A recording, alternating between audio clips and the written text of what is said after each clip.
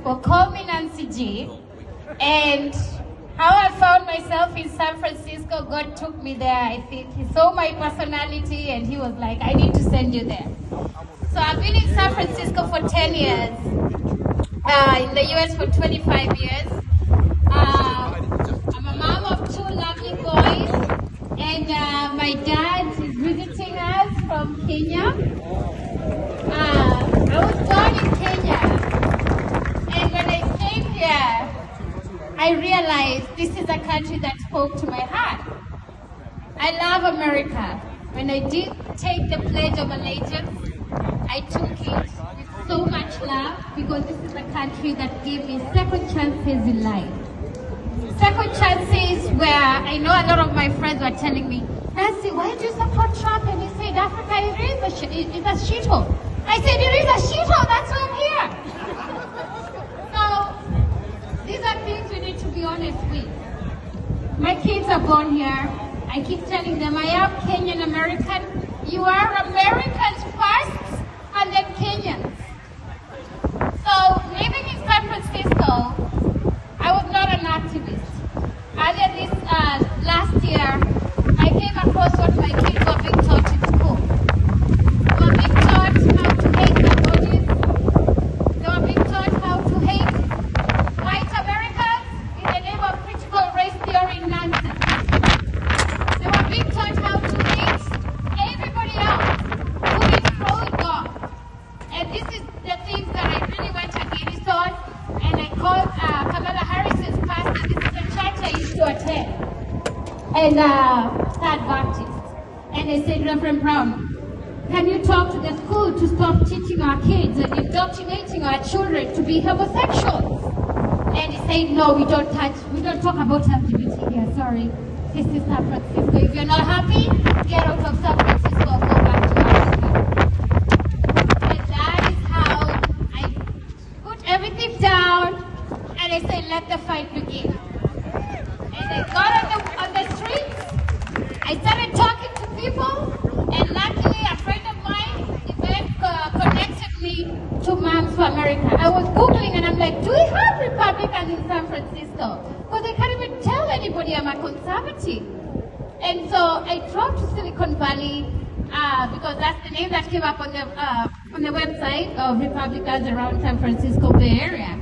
So I found the Silicon Valley Republican women, and they told me about Moms for America. So I joined the movement. I ran the San Francisco Moms for America, where we empower moms, we promote liberty, and we raise patriots in this country.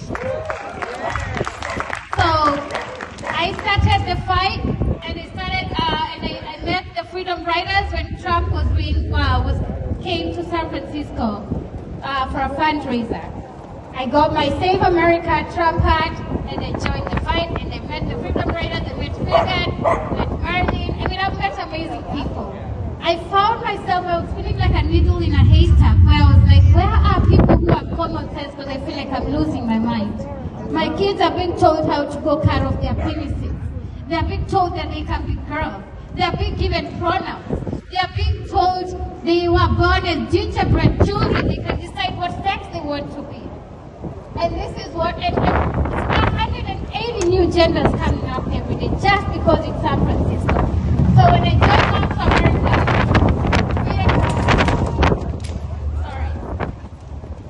So when I joined Moms for America, one of the things we have to learn is about the Constitution. One of my sons goes to George Washington High School. Can you imagine he didn't even know who George Washington is, but he knows who the first gay board of supervisor in San Francisco is. Gayness is so big over here, but I want to give it up to, we have a new San Francisco mayor. San Francisco mayor is called Daniel Lurie. And I must give it up because for the first time, I think God heard our prayers.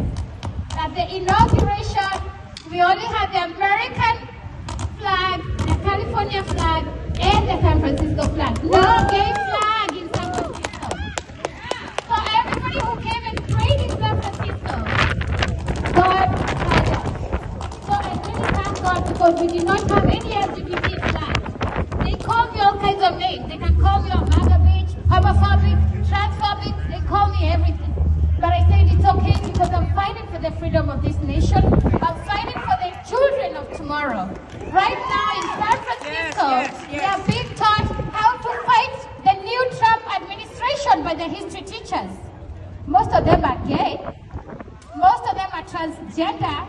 And this is America. I mean, when we came here, we knew America. It was the envy. The education in America was the envy of everybody.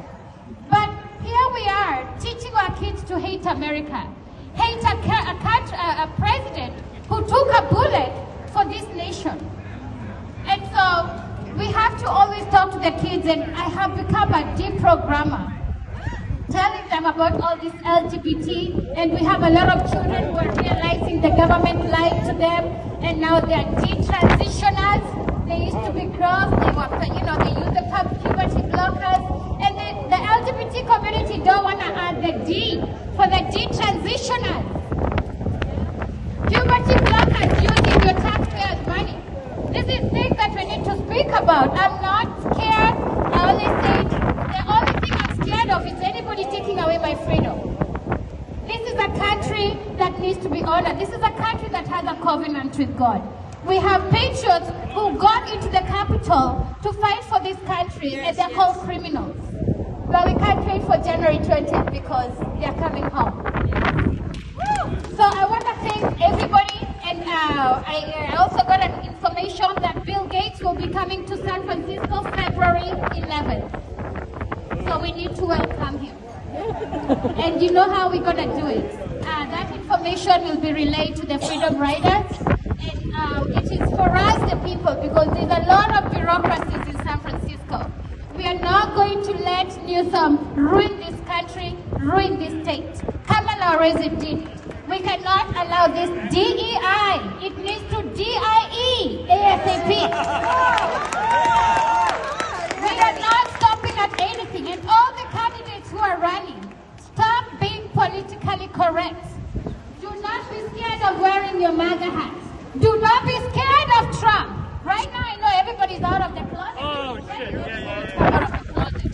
We did a lot of work last year. I actually just came from my lab and got a Mama Bear award to Trump. And it's been a joy knowing that I woke up every day. I'm doing something to this nation.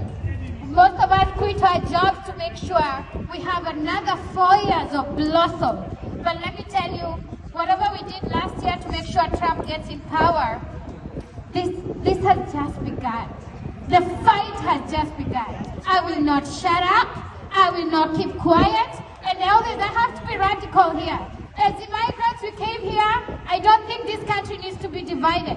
We should not be having Japantown. We should not be having Chinatown. We should be having Americatown in this country. Say what is said, but what is not being said out there. This is how we keep dividing this country and taking away the constitutional rights. If you look at who has lived in this country, read the veterans. Veterans who fought for this country. A country that welcomed us, gave us food, gave us shelter, and connected us to our God. We cannot be serving other gods in a country that honors the real American God here. It is one altar and the one God. We cannot, if you want to have other idols, you can go back to your country. The borders are open. But over here, I always say we have to honor the God of America. Yes. And this is why the country has been so divided. When we came here, we respected this country. We respect the veterans. We respect Americans for welcoming us there in this country. It is not getting the privilege and feeling the entitlement of using the fundamental constitution to fight against the people who welcome us in this country. If we ever go back to our countries, we need to make this country better than before. So I want to say thank you for always welcoming me. I was very lost in the belly of the beast, but through God's will, I always say you meet the right people at the right time. I found myself a home. I found myself the right people. This is my tribe. This is my clan. I feel at home, and we have to fight. We have to fight and make sure Governor Newsom is not going to ruin California. It is we, the people, to make sure we are fighting for our children's life, our children's future, and they're targeting our healthcare, they're targeting our education. They're confusing. Can you imagine 45% of children cannot even qualify to join the military because of their health. Most of them, they're obese. We have autistic cases. We have to really fight. So there's a lot we have to do. The ones who don't belong to any groups, you have Moms for America. You can log on to the website, momsforamerica.us. Join the fight. It is the little things that make this country great. You don't have to be wealthy. A lot of very good candidates don't have the funding. So if they don't have the funding, it is we, the people, who are going to use our voices to make sure they get into positions of power. Nobody should be bought to fight for this country. So thank you very much, and God bless. I love that. Nancy, don't go away. Don't go away. No, wait, stay here. Stay right in the middle there. Stay right in the middle with it. Get your cameras ready. Zoom in. Stand sideways, would you, with your feet apart to where I want them to see your shoes. Let me get out of the look at her shoes. They're awesome. She is such class and truly a treasure. And if you only knew, she didn't get to tell you, but she did on my show. Look it up at rumble.com/do-not-talk. Scroll down, find Nancy, where she talks about what she has gone through, the threats, the death threats, some of the most vicious people and vicious threats you could imagine. And she doesn't quit.